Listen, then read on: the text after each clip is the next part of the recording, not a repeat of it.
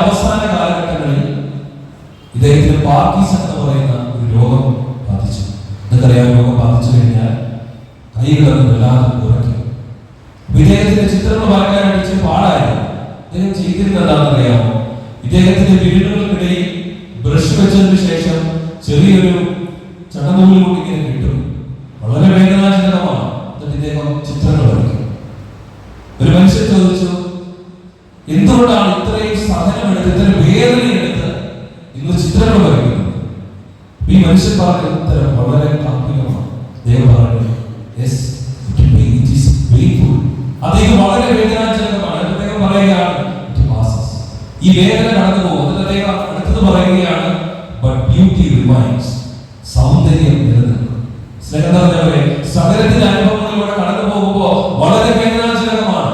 പക്ഷെ ആ വാതിലിനപ്പുറം സ്വർഗരാജ്യമെന്നുള്ള ആ നിത്യമായ സൗന്ദര്യമാണ് നിങ്ങൾ ആസ്വദിക്കാൻ പോകുന്നതെന്നുള്ള ഉറച്ച ബോധ്യം നിങ്ങൾക്കുണ്ടാകും. സഭയുടെ ആദിമ കാലഘട്ടങ്ങളിൽ എത്രയോ വിശുദ്ധ സഭയുണ്ട് അല്ലെ? എത്രയോ പ്രതിസന്ധികളിലൂടെ ഈ സഭ കടന്നു പോയിട്ടുണ്ടെന്ന് അറിയാം.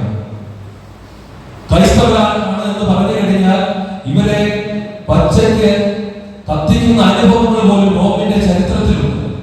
അത്രയും വേദനയിലൂടെ കടന്നു പോകുമ്പോഴും ഇവരൊരിക്കലും ദൈവത്തോട് പരിതപിച്ചിട്ടില്ല.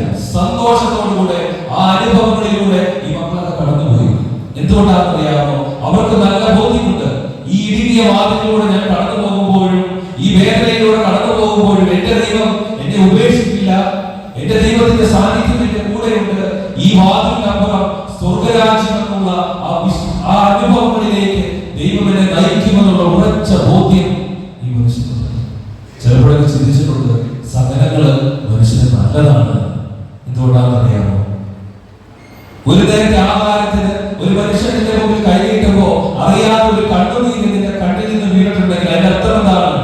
ഒരു നേരത്തിന്റെ ആഹാരത്തിന്റെ വില നീ അറിഞ്ഞിട്ടുണ്ട്.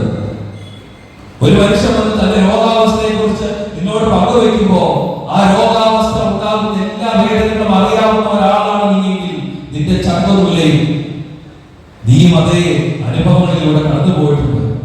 ഒരു മനുഷ്യൻ വന്ന് തന്റെ ജീവിതത്തിൽ കുടുംബത്തിൽ താൻ അനുഭവിക്കുന്ന കടബാധ്യതയെ കുറിച്ച് വേദനയോടുകൂടി നിന്നോട് പങ്കുവെക്കുമ്പോ നിന്റെ ഹൃദയം ഒന്ന് വേദനിച്ചെങ്കിൽ അതിന്റെ അർത്ഥം എന്താണ്? നീ അതേ അനുഭവങ്ങളിലൂടെ കടന്നു പോയിട്ടുണ്ട്. സകലങ്ങൾ എപ്പോഴും നമ്മളെ കുറച്ചുകൂടെ നല്ല മനുഷ്യരാക്കി മാറ്റും. പ്രിയ സഹോദരങ്ങൾ, സുവിശേഷം അനുസരിച്ച് ഇത് നമ്മളെ നയിക്കുന്നത് സ്വർഗരാജ്യം എന്ന അനുഭവത്തിലേക്കാണെന്നുള്ള ഒരു ഓർമ്മപ്പെടുത്തലിലൂടെ നമുക്കുണ്ടാവുന്നത്. കർത്താവ് നമ്മളെല്ലാം